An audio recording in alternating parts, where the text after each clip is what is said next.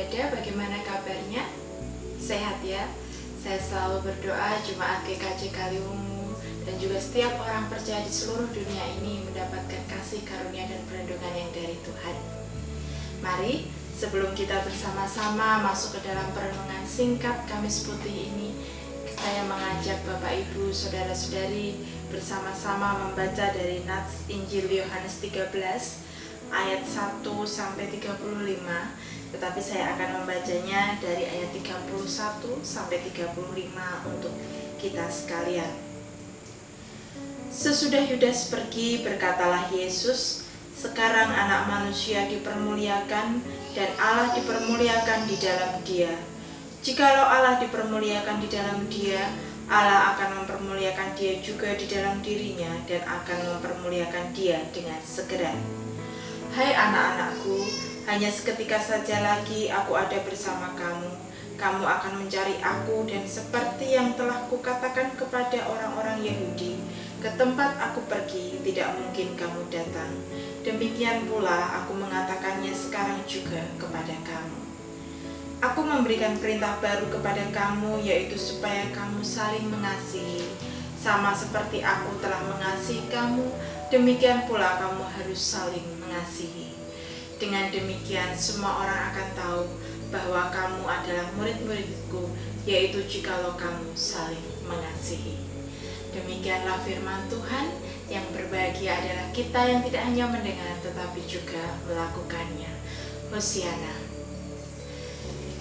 Jemaat yang dikasihi dan yang mengasihi Tuhan, bulan-bulan seperti ini kurang lebih 13 tahun yang lalu saya teringat pada sebuah peristiwa di mana saya harus meminta izin kepada orang tua saya bekerja di luar negeri sebagai seorang pelayan.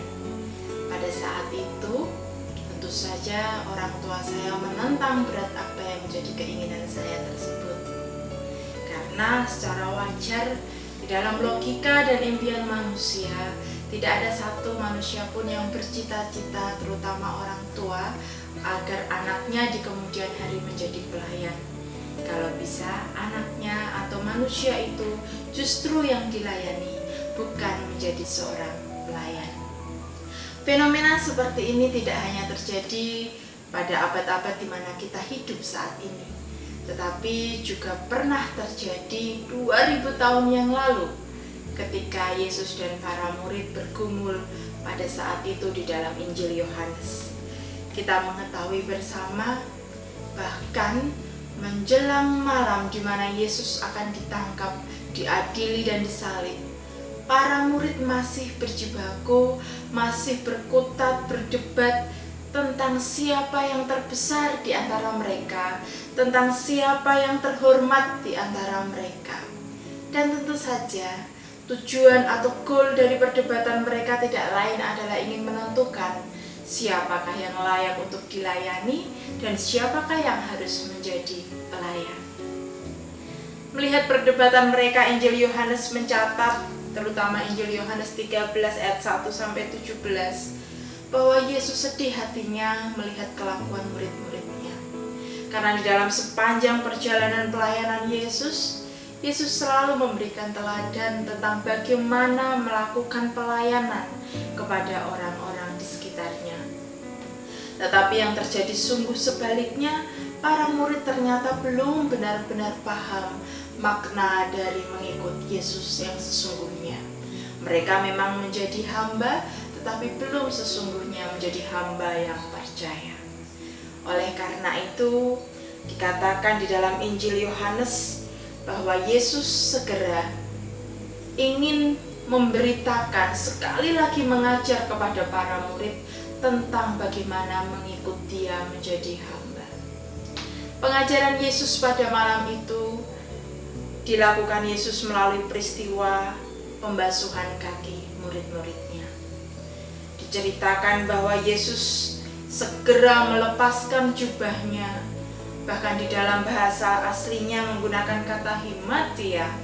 Tidak hanya satu pakaian yang Yesus lepaskan, tetapi juga pakaian-pakaian yang lainnya. Yesus melepaskan seluruh modal kebesarannya sebagai seorang tuan, sebagai sosok yang layak diagungkan, kemudian memakai pakaian yang memang pantas hanya digunakan oleh orang yang ingin melayani. Pada saat itu Yesus segera memakai pakaian yang memang selayaknya pantas sebagai seorang pelayan, mengambil basi yang berisi air dan membasuh kaki murid-murid. Kita mengetahui bahwa tradisi Yahudi saat itu bercerita bahwa orang-orang Yahudi sering berkeluar rumah itu tidak menggunakan alas kaki, dan seandainya mereka menggunakan alas kaki pun mereka menggunakan alas kaki yang terbuka, sehingga ketika mau masuk rumah menjadi tradisi bagi bangsa Yahudi harus membersihkan kaki mereka terlebih dahulu dengan membasuhnya, sehingga setiap rumah-rumah di Yahudi biasanya memiliki basi yang beserta dengan airnya. Bagi orang-orang yang memiliki pelayan yang berkewajiban membasuh kaki adalah pelayannya. Sedangkan bagi orang-orang yang tidak memiliki pelayan yang berkewajiban membasuh kaki adalah orang yang paling rendah di dalam keluarga tersebut.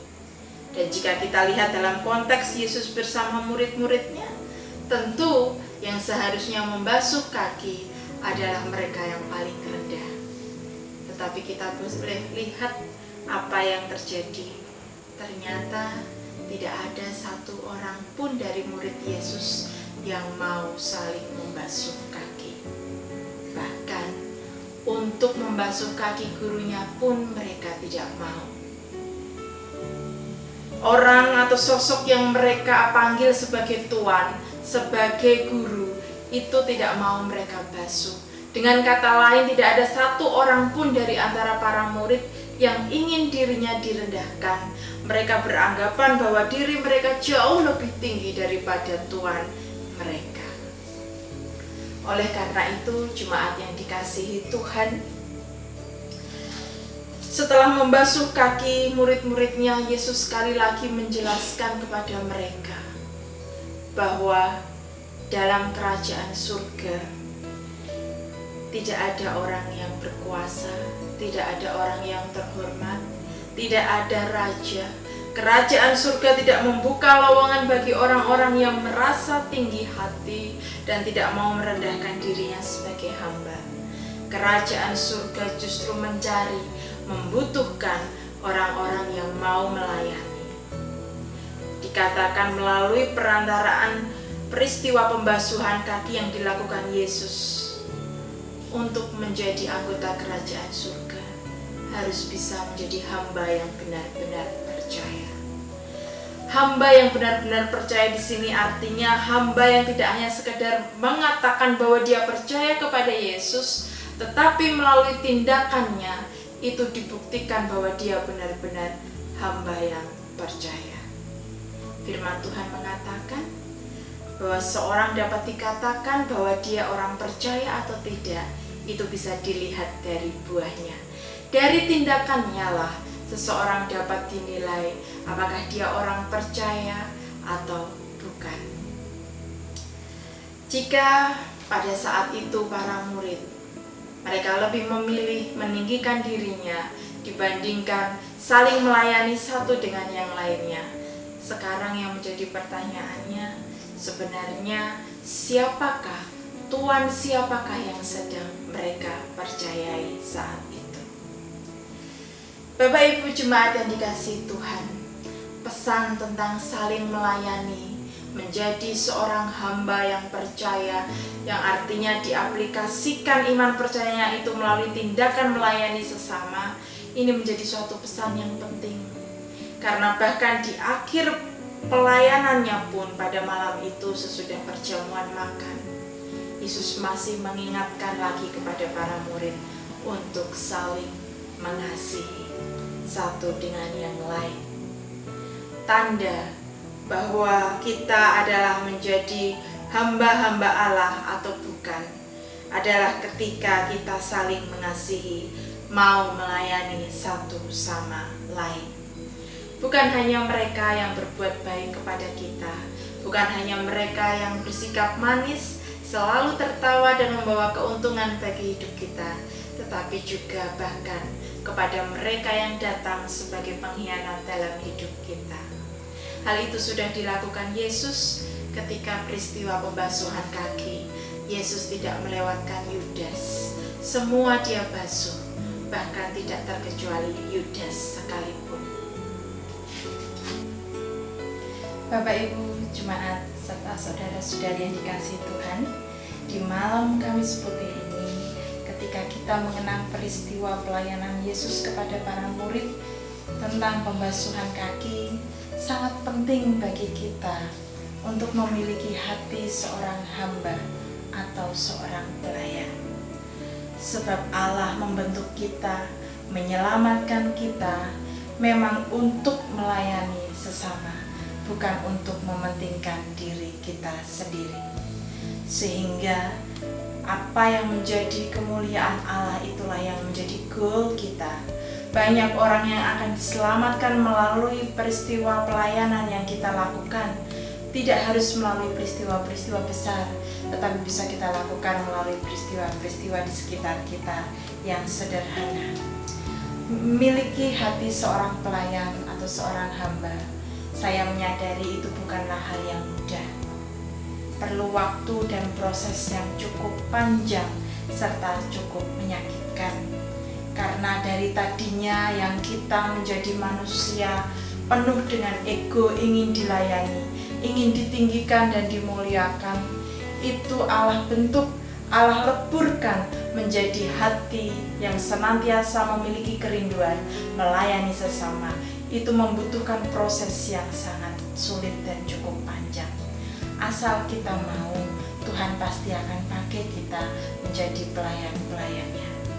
Dulu saya juga sempat tidak begitu memahami apa maksud Allah ketika Tuhan mengizinkan saya bekerja di luar negeri menjadi seorang pelayan. Ternyata sekarang saya baru memahami Tuhan membentuk saya. Di sanalah ketika saya sesungguhnya menjadi seorang pelayan, di sanalah saya dilebur, dipatahkan segala ego kemanusiaan saya untuk ditinggikan. Itu dijadikan menjadi seorang hati hamba yang senantiasa memiliki kerinduan untuk melayani jemaat Tuhan, terutama jemaat Tuhan di mana saya dipanggil, yaitu di GKJ Kaliwungu. Jadi jika mungkin saat ini Bapak Ibu jemaat serta saudara-saudari sekalian, kita mungkin harus menghadapi banyak hal, seperti salah satunya ibadah kita tidak bisa seperti biasa di gereja. Bahkan Jumat Agung perjamuan kudus yang seharusnya dan biasanya kita rayakan, kita lakukan bersama-sama, tetapi tidak bisa berjalan dengan baik. Jangan kita putus asa, jangan kita saling menyalahkan satu dengan yang lainnya. Tapi baiklah kita anggap ini adalah proses dari Tuhan, agar ego kita sebagai manusia yang senantiasa ingin didulukan, itu Tuhan lebur, Tuhan ubahkan, dan Tuhan ganti menjadi hati seorang hamba yang benar-benar percaya, yang benar-benar melakukan apa yang Tuhannya perintahkan. Jika selama ini kita terbiasa dilayani, baik itu oleh gereja, oleh anggota-anggota majelis yang lainnya, sekarang marilah kita berbalik. Anggaplah ini, momentum sulit ini adalah kesempatan untuk kita melayani Tuhan melalui orang-orang di sekitar kita, yang kita mulai dari diri sendiri, keluarga, tetangga, dan kanan kiri kita.